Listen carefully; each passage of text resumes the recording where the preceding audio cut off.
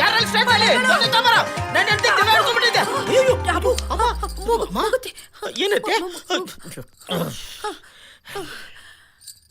ಬೆಳಗಿನ ಜಾವತ್ ಕಾಣಿಸ್ಬಿತ್ತಾ?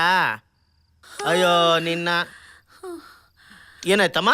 ನನಗೆ ಕನ್ಸಲ್ಲಿ ನಮ್ಮ ಮನೆ ದೇವ್ರು ಕೊಲ್ಲೂರ್ ಮೂಕಾಂಬಿಕೆ ಬಂದು. ತಾಯಿ ಬಂದಿದ್ಲಾ? ಅಮ್ಮ ತಾಯೇ ಬೆಳಿಗ್ಗೆ ಅವಳು ಕನ್ಸಲ್ ಬಂದ್ಯಮ್ಮ. ಕೇಳ್ತೀನಮ್ಮ, ನೀನ್ ಏನ್ ಹೇಳಿದ್ರು ಅದನ್ನ ನಾನು ಪಾಲಿಸ್ತೀನಮ್ಮ. ಏನ್ ತಲೆ ಮುಡಿ ಕೇಳಿದ್ಲ ತಾಯಿ? ಇಲ್ಲ ರೀ. ಇಲ್ಲಾಂದ್ರೆ ನೀನು ಅಲ್ಲಿ ತಾಯಿ ದೇವಸ್ಥಾನದಲ್ಲಿ ನೆಲ್ಬಾವಿ ಇದೆಯಲ್ಲ, ಅಲ್ಲಿ ತಣ್ಣನೆ ನೀರಲ್ಲಿ ಸ್ನಾನ ಮಾಡಿ 100 ಸುತ್ತು ಉರುಳು ಸೇವೆ ಮಾಡು ಅಂದ್ಲ ತಾಯಿ. ಇಲ್ಲ, ಆ ತಾಯಿ ಮೂಗಲಿ ವಜ್ರದ ಮೂಗುತಿ ಇದೆಯಲ್ಲ, ಅದೇ ತರ ನೀನು ಮಾಡ್ಸಾಕು ಅಂದ್ಲು. ಸರಿ ತೋಗು. ಆಮೇಲೆ ಆ ತಾಯಿ ಕತ್ತಲ್ಲಿ ಒತ್ತಿನ ಕಾಸಿನ ಸರ ಇದೆಯಲ್ಲ, ಅದೇ ತರ ಒತ್ತಿನ ಕಾಸಿನ ಸರ ನೀನು ಮಾಡಿಸ್ಕೊ ಅಂದ್ಲು. ಮಟಾಶೂ ಅನ್ನು ಆ ತಾಯಿ ಇನ್ನೊಂದು ಹೇಳಿರ್ಬೇಕಲ್ಲ, ಅವ್ರ ಕೈಯಲ್ಲಿ ಒಂದು ಚಿನ್ನದ ಕತ್ತಿ ಇದೆಯಲ್ಲ, ಅದೇ ತರ ಕತ್ತಿ ನೀನು ಮಾಡಿಸ್ಕೊಂಡು ನಿನ್ನ ಗಂಡ ಗಿಮಿ ಕಂದ್ರೆ ಚುಚ್ಚಿಬಿಡು ಅಂತ ಹೇಳಿರ್ಬೇಕಲ್ಲ. ಏನ್ರಿ ನೀವು ಕಾನ್ಸ್ಟೇಬಲ್ ಆಗಿ ಕಳ್ಳನ್ ಮಗನ್ ತರ ಮಾತಾಡ್ತಿರಲ್ಲ? ಬರೀ ಇದನ್ ಬಿಟ್ರೆ ಏನು ಬರಲ್ಲ ನಿಮ್ಗೆ. ನೀವೇನು ದೊಡ್ಡ ಶ್ರೀಮಂತ ಅಂತ ನಾನ್ ಕಟ್ಕೊಳ್ಳಿಲ್ಲ. ಏನೋ ಹೆಡ್ ಕಾನ್ಸ್ಟೇಬಲ್ ಸಮಥಿಂಗ್ ಗಿಮ್ಥಿಂಗ್ ಅಂತ ತಂದು ಮೈ ತುಂಬಾ ಬಂಗಾರ ಹಾಕ್ತಾರೆ ಅಂತ ಆಸೆ ಪಟ್ಟು ಮಾಡ್ಕೊಂಡೆ. ಹೌದು, ಸಮಥಿಂಗ್ ಗಿಮ್ಥಿಂಗ್ ಅಂತ ರಾಗ ಎಳೆಯಂಗಿಲ್ಲ ನೀವು. ಈ ಕಿತ್ತೋಗಿರೋ ಮುಸುಡಿನ ಇನ್ಯಾರು ಮಾಡ್ಕೋತಿದ್ರು ರೀ? ಇದೆಲ್ಲ ನನ್ಗೋಸ್ಕರ ಅಲ್ಲ ರೀ, ನಿಮ್ಗೋಸ್ಕರನೇ. ನಾನು ಮೈ ತುಂಬಾ ಬಂಗಾರ ಹಾಕೊಂಡು ಸಾಕ್ಷಾತ್ ಲಕ್ಷ್ಮಿ ತರ ಈ ಮನೆಯೆಲ್ಲ ಓಡಾಡ್ತಾ ಇದ್ರೆ ಅದ್ರಿಂದ ನಿಮ್ಗೆ ಅದೃಷ್ಟ ಕುಲಾಯಿಸಿ ಈ ಹೆಡ್ ಕಾನ್ಸ್ಟೇಬಲ್ ಇಂದ ಇನ್ಸ್ಪೆಕ್ಟರ್ ಪೋಸ್ಟ್ ಗೆ ಪ್ರಮೋಷನ್ ಸಿಕ್ಬಿಡುತ್ತೆ ರೀ. ಅಷ್ಟೇ ಅಲ್ಲ, ನಾನು ನಿಮ್ ಕಣ್ಣು ಮುಂದೆ ಮುತ್ತೈದೆಯಾಗಿ 100 ವರ್ಷ ಸುಖವಾಗಿ ಬಾಳ್ತೀನಂತೆ. ಅಯ್ಯೋ, ಇಷ್ಟೆಲ್ಲ ತಾಯಿ ಕನ್ಸಲ್ ಬಂದ್ ಹೇಳಿದ್ಲಾ? ಕರೆಕ್ಟ್ ಹೇಳುವಲೆ ಅಮ್ಮ. ಎಲ್ಲ ಓಕೆ, ಹೆಡ್ ಕಾನ್ಸ್ಟೇಬಲ್ ಇಂದ ಇನ್ಸ್ಪೆಕ್ಟರ್ ಆಗೋದು ಓಕೆ, ಆದ್ರೆ ಈ ಸಮಥಿಂಗ್ ಬೇಕಾ ತಾಯೇ? ಬೇಕಾ? ಏನು ಬೇಕು? ಇದೆಲ್ಲ ನೀವು ತಂದು ಕೊಡ್ಬೇಕು. ಇಲ್ಲ ಅಂದ್ರೆ ಏನು ಬೆಡ್ರೂಮ್ ಬಂದು, ಮಕ್ಕಳ ಮನೆ ಬಂದು, ಹಾಲ್ ಕೊಡೋದ್ ಬಂದು, ಹಾಲ್ ಬಂದ್. ಅಯ್ಯೋ ನನ್ ಚಿನ್ನ, ಬಾರ ಇಲ್ಲಿ ಬೇಜಾರ್ ಮಾಡ್ಕೊಬಿಡಕನೆ. ಇವತ್ ರಾತ್ರಿ ನಾನು ನಂತರನೇ ಕಿತ್ತೋಗಿರೋ 2 ಪೀಸಿನ ರಾಜ ಮಾರ್ಕೆಟ್ ಒಳಗೆ ಕಳ್ಸಿ ಅಲ್ಲಿರೋ ಚಿನ್ನದ ಅಂಗಡಿನೆಲ್ಲ ಕನ್ನ ಹಾಕ ಕೇಳ್ಬಿಡ್ತೀನಿ. ಜೊತೆಗೆ ಅವಿನ್ಯೂ ರೋಡಲ್ಲಿ ಬಿಸಿ ಇಡ್ಲಿ, ಬಿಸಿ ಜಿಲೇಬಿ ಆಗ್ತಿರ್ತಾರಂತೆ, ಅದನ್ನು ಪಾರ್ಸಲ್ ತರ ಕೇಳ್ಬಿಡ್ತೀನಿ. ಈಗ ನಿನ್ ಖುಷಿನಾ? ತುಂಬಾ ಖುಷಿ ಆಗ್ತಿದೆ. ಈಗ ಯಾವುದು ಬಂದಿಲ್ಲ, ಎಲ್ಲ ಓಪನ್. ನೋಡು, ಬೆಳಿಗ್ಗೆ 5:45 ನಾ ರಿಪೋರ್ಟ್ ಮಾಡ್ಕೋಬೇಕು. ಒಂದ್ 5 ನಿಮಿಷ ನೀನ್ ಜೊತೆ ರಿಪೋರ್ಟ್ ಮಾಡ್ಕೊಂಡ್ಬಿಡು. ಕಂಬ್ಲಿ ಓದ್ಕೊಂಡ್ಬಿಡ.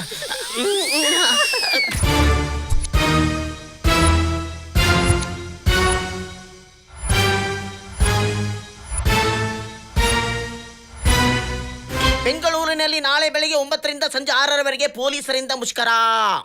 ನಮಸ್ಕಾರ ಬಾಸ್. ಬಾರಪ್ಪ ಗೋವಿಂದ, ಕರೆಕ್ಟ್ ಟೈಮ್ ಬರ್ತೀಯಲ್ವ ಕಳ್ಳನ ಮಗ ನೀನು.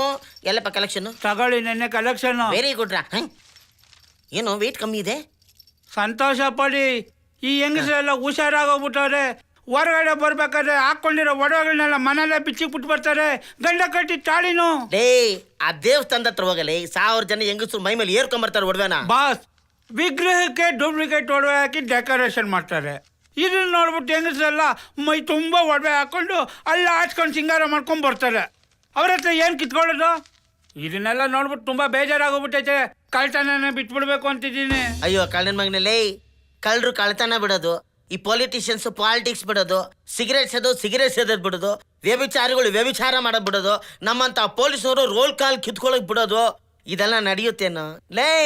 ಅವ್ರವ್ರ ಕೆಲಸ ಅವ್ರವ್ರು ಮಾಡ್ತಾನೆ ಇರ್ಬೇಕು. ಆವಾಗಲೇ ನಮ್ಮ ದೇಶ ಸುರಕ್ಷಿತವಾಗಿರುತ್ತೆ. ಕೂತ್ಕೊಳ್ಳಿ. ನೋಡು, ನಾಳೆ ಬೆಳಿಗ್ಗೆ ಪೊಲೀಸ್ನವರು ಮುಷ್ಕರ ಮಾಡ್ತವ್ರೆ. ರೋಡಲ್ಲಿ ಒಬ್ಬ ಪೊಲೀಸ್ ಇರಲ್ಲ, ಎಲ್ಲ ಅಂಗಡಿ ಮುಂದೆ ಖಾಲಿ ನೋ ಪ್ರೊಟೆಕ್ಷನ್. ನಾನು ಹೆಂಡತಿ ಒಡವೆಗಳು ಮಾಡಿಸ್ಕೊಂಬರ ಕೇಳೋಳು. ಅವಳ ಬಂದ್ಲು ನೋಡು. ಗೋವಿಂದ, ನೀನ್ ಎತ್ತೋದ್ ಎತ್ತತ್ಯಾ? 2 ಸೆಟ್ಟು ಮೂಗುತಿಯಿಂದ ಹಿಡಿದು ಎಲ್ಲ ಕಂಪ್ಲೀಟ್ ಇರ್ಬೇಕು ಅಂತದ್ ಎತ್ತೋ. ಕಾಫಿ ತಗೊಂಡ್ಬರ್ತೀನಿ. ಆಮೇಲೆ ಮರ್ತೋಯ್ತು ನನ್ಗೆ, ಈ ಲಕ್ಷ್ಮೀ ವೆಂಕಟೇಶ್ವರಂದು ಒಂದ್ ಮೂರ್ತಿ ಸಿಕ್ಕಿದ್ರೆ ಅದನ್ನ ಎತ್ಬಿಡು. ಸ್ವಲ್ಪ ದೊಡ್ಡದಾಗಿರ್ಲಿ, ಹಬ್ಬ ಬಂತು ದೇವ್ರ ಮನೇಲಿ ಇಟ್ಟು ಪೂಜೆ ಮಾಡ್ತೀನಿ, ನೀನ್ ಪುಣ್ಯ ಬರುತ್ತೆ. ಮೇಡಮ್, ಇನ್ನೇನ್ ಬೇಕು ಒಟ್ಟಿಗೆ ಹೇಳ್ಬಿಡಿ ಮೇಡಮ್. ಸಾಕು, ಕರ್ಮ ನಮ್ಗ್ಯಾಕೆ, ಈಗ ಅಷ್ಟು ತಗೊಂಡ್ ನೋಡೋ ಗೋವಿಂದ, ಈ ಲಕ್ಷ್ಮಣ ಗೋಲ್ಡ್ ಪ್ಯಾಲೇಸ್, ಭೀಮಣ್ಣನ್ ಜ್ಯುವೆಲರಿ, ಚೆನ್ನಮ್ಮನ್ ಚಿನ್ನ, ಇಲ್ಲೆಲ್ಲ ಯಾರು ಇರ್ಲ ಕೊಡು. ನೀನ್ ಆ ಕಡೆ ಒಂದ್ ರೌಂಡ್ ಬರೋ, ನಾನೇ ಎಲ್ಲ ಎತ್ಕೊಡ್ತೀನಿ. ಎತ್ತು ಬಿಡು. ಈಗ ಹೋಗು. Okay boss. ಕಾಪಿ ಗಿಪಿ ಕುಡ್ದೇನಪ್ಪ? ಇಲ್ಲ ಬಾಸ್. ಅಲ್ಲಿ ಪಕ್ಕದಲ್ಲಿ ಅಟ್ಟಿ ಕಾಪಿ ಇದೆ, ಕುಡ್ಕೊಂಡು ಹೋಗ್ಬಿಡು. ಹೋಗು. Breaking news. ಶಾಂತಿ ಭದ್ರತೆಯನ್ನು ಕಾಪಾಡಬೇಕಾಗಿರುವ ಆರಕ್ಷಕರಿಗೆ ತಮ್ಮ ಜೀವಕ್ಕೆ ಭದ್ರತೆ ಇಲ್ಲ. ತಾವು ಕೇಳೋ ಬೇಡಿಕೆಗಳಿಗೆ ಸರ್ಕಾರ ಸ್ಪಂದಿಸ್ತಾ ಇಲ್ಲ ಅಂತ ಜೂನ್ 4ರಂದು ಇಡೀ ಕರ್ನಾಟಕ ರಾಜ್ಯಾದ್ಯಂತ ದೊಡ್ಡ ಧರಣಿ ಮುಷ್ಕರ ಏರ್ಪಡಿಸಲಾಗಿದೆ. ತಮ್ಮ ಬೇಡಿಕೆಗಳನ್ನ ಮೀಡಿಯಾ ಮುಖಾಂತರ ಸರ್ಕಾರಕ್ಕೆ ಪೊಲೀಸ್ ಅಧಿಕಾರಿಗಳು ವಿವರಣೆಯನ್ನ ಕೊಟ್ಟಿದ್ದಾರೆ. ಈ ಪೊಲೀಸ್ ಧರಣಿ ಮುಷ್ಕರ ಪ್ರಾರಂಭವಾದರೆ ರಾಜ್ಯದಲ್ಲಿ ಶಾಂತಿ ಭದ್ರತೆಗೆ ಭಂಗ ಬಂದು ರಾಜ್ಯ ಅಲ್ಲೋಲ ಕಲ್ಲೋಲ ಆಗುತ್ತದೆ ಎಂದು ಜನರು ಭಯಗೊಂಡಿದ್ದಾರೆ. ಪೊಲೀಸ್ ಇಲಾಖೆಯವರು ಕೇಳೋ ಬೇಡಿಕೆಗಳಿಗೆ ನ್ಯಾಯ ಇದೆ, ಆದರೆ ಈ ಮುಷ್ಕರದ ಹಿಂದೆ ಕೆಲವು ದುಷ್ಟ ಶಕ್ತಿಗಳ ಅಟ್ಟಹಾಸ ಇದೆ ಎಂದು ಕೆಲವರು ಆಪಾದಿಸಿದ್ದಾರೆ. ಅದೂ ಅಲ್ಲದೆ ಈ ಮುಷ್ಕರಕ್ಕೆ ಪೊಲೀಸ್ ಡಿಪಾರ್ಟ್ಮೆಂಟ್ನಲ್ಲಿ ರಿಟೈರ್ಡ್ ಆದವರು, ಸಸ್ಪೆಂಡ್ ಆದವರ ಕೈವಾಡ ಇದೆ ಎಂದು ತಿಳಿದು ಬಂದಿದೆ. ಅಯ್ಯಯ್ಯೋ, ಸ್ವರಾಜ್ಯ ಬಂದು 70 ವರ್ಷ ಆಯ್ತು.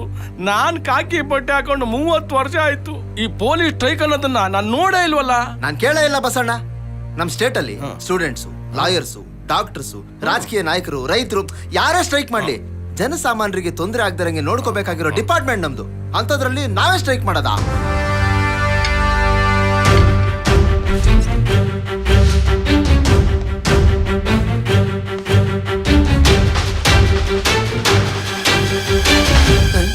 ಬಸಣ್ಣ, CI ಸಾಹೇಬ್ರು ಸೈಲೆಂಟ್ ಆಗಿ ಹೋಗ್ತಾ ಇದಾರೆ. ಎಲ್ಲಿ ವೈಲೆಂಟ್ ಆಗ್ತಾರೋ ಏನೋ. ಸರ್, ನಿಮ್ಮ ಹತ್ರ ಸ್ವಲ್ಪ ಪರ್ಸನಲ್ ಆಗಿ ಮಾತಾಡಬೇಕು. ಮುತ್ತು ಸರ್, ಸ್ವಲ್ಪ ಆಚೆ ಇರಿ. ಸರಿ ಸರ್. ಹೇಳಿ mister Bharat Kumar.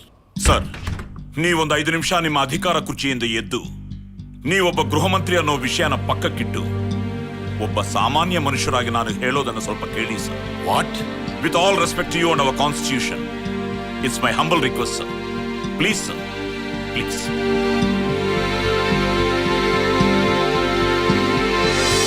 Thank you sir. It's okay. Sir, ಸರ್ಕಾರದ ಕೆಲಸವನ್ನು ದೇವರ ಕೆಲಸವೆಂದು ಭಾವಿಸಿ ಕಾನೂನು ಕಟ್ಟಳೆಯ ನಿಬಂಧನೆಯನ್ನು ಕಡೆಗಣಿಸದೆ ಕರ್ತವ್ಯವನ್ನು ನಿರ್ವಹಿಸುತ್ತೇನೆಂದು ಆತ್ಮಸಾಕ್ಷಿಯಾಗಿ ಪ್ರಮಾಣ ಮಾಡುತ್ತೇನೆ ಎಂದು ಪ್ರಮಾಣ ಮಾಡಿದ 6,200 ಪೊಲೀಸ್ ಆಫೀಸರ್ಸ್, 9,800 ಅಸಿಸ್ಟೆಂಟ್ ಸಬ್ ಇನ್ಸ್ಪೆಕ್ಟರ್ಸ್, 80,000 ಪೊಲೀಸ್ ಕಾನ್ಸ್ಟೇಬಲ್ಸ್ ಪ್ರತಿದಿನ ನೀಟಾಗಿ ಶೇವ್ ಮಾಡಿಕೊಂಡು ಸ್ಟಿಫ್ ಆಗಿ ಯೂನಿಫಾರ್ಮ್ ಹಾಕೊಂಡು ಡಿಸಿಗ್ನೇಷನ್ ಬೇರೆ ಆದ್ರೂ PC ನಿಂದ DG ವರೆಗೂ ಸಿವಿಲ್ ಆಗ್ಲಿ, DAR ಆಗ್ಲಿ, KSRP ಆಗ್ಲಿ, ವೈರ್ಲೆಸ್ ಆಗ್ಲಿ, ಫಿಂಗರ್ ಪ್ರಿಂಟ್ಸ್ ಡಿಪಾರ್ಟ್ಮೆಂಟ್ ಆಗ್ಲಿ, ಸೈಬರ್ ಆಗ್ಲಿ, CCB ಆಗ್ಲಿ, ಪ್ರತಿದಿನ ಪ್ರತಿ ಯೂನಿಟ್ ನಲ್ಲೂ ಕೆಲಸ ಮಾಡ್ತಿರೋ ಪೊಲೀಸ್ಗೆ ಸಿಗ್ತಿರೋ ಗೌರವ ಏನ್ sir?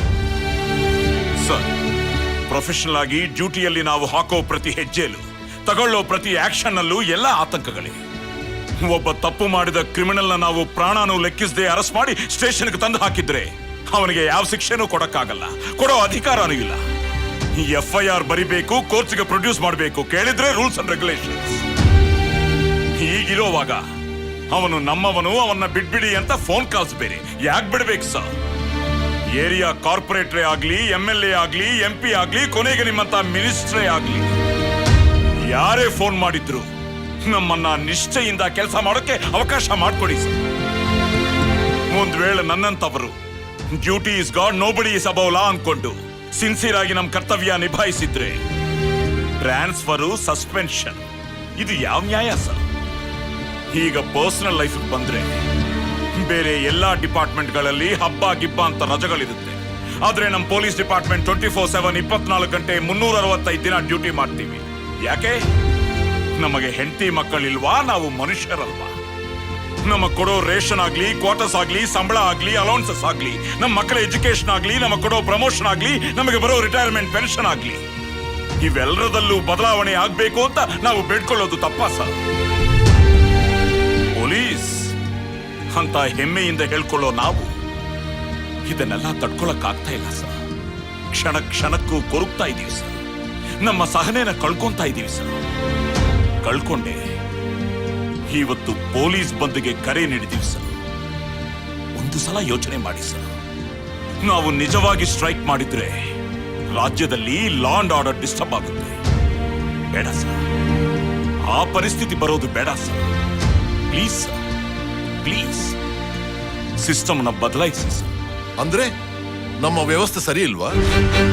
I won't blame the system. I will face the system. I will force the system to create a real police system.